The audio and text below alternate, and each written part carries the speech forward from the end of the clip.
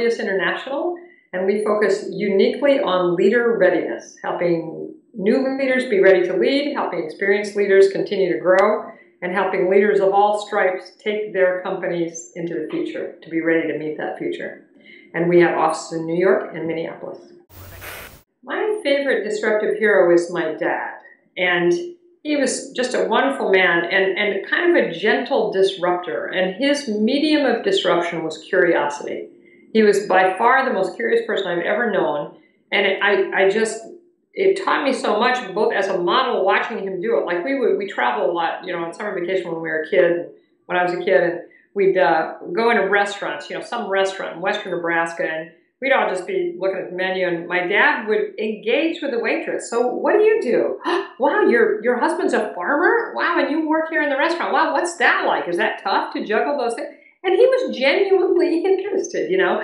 And so having that model as I was growing up was wonderful. And then he would do it to me too. Like I remember when I was a teenager and starting to think about going to college and what I wanted to do, he was so curious. It's like, well, why are you thinking that would be good? What?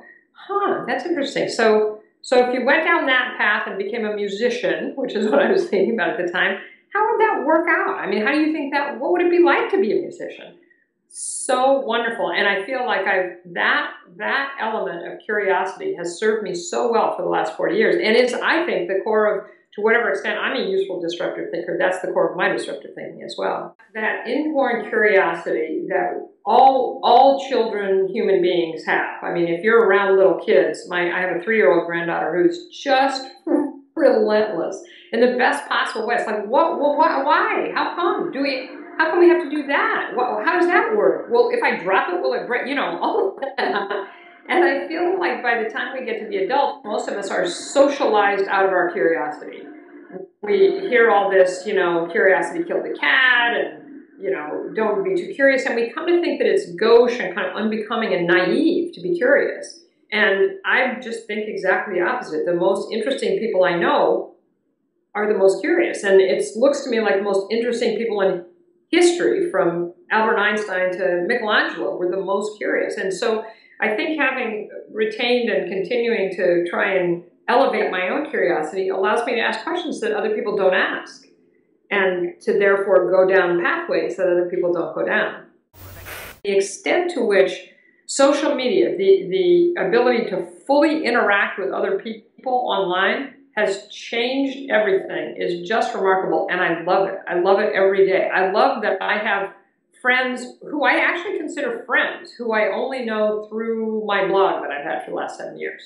Or, you know, I have thousands of Twitter followers. I will probably never meet most of them, but they often say things that touch me and move me, and vice versa. You know, I just think it's cool.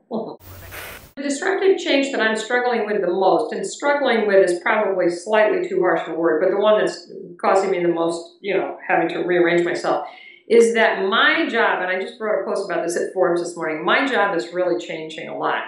And I think I think the way in which it's changing is kind of indicative of the larger state. I think many, perhaps most people's jobs are changing that way. And for me, personally, it's because I've had this company for 23 years, and it's been relatively small and therefore relatively dependent on me. And now it's growing enough so that it's much less dependent on me. And that really changes my job. And that's, you know, I've been doing this for 23 years, so that's a big change from something I've been doing for a long time. The metaphor I used to somebody when I was talking about it recently is, it's as though I've been running with a kite for 23 years, and I had to keep running, you know, to keep it in the air.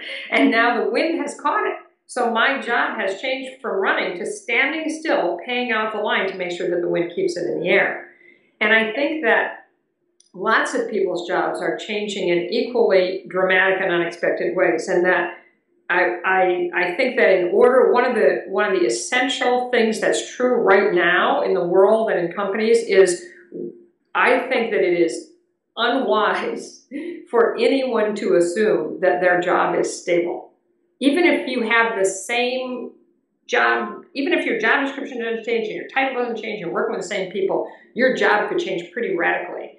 And there are some things that you need to do to stay aware of that so that you don't get left by the side of the road. I think the first thing is to really be clear-eyed about what's changed. Like when you get to be a grown-up, you're usually pretty good at some stuff, and that feels comfortable. You're like, I'm good at this, I know how to do it. Well, the nature of the world is now, and if what I'm saying is true, that our jobs are changing all the time, there are going to continually be places in your life where you're a novice, which means you're not going to be fantastic, you're going to be kind of lame, you're going to make a bunch of mistakes, it's going to be embarrassing. You have to be willing to accept that as part of your life going forward, right? And then the last thing is, and this is the core of all that, you have to change your mindset in order to enable all those things. But if your mindset is more like, wow, is curiosity based, is more, wow, what's changing and what am I going to have to do to stay relevant and effective, then you're much more likely to be open to what you need to do differently to keep moving forward.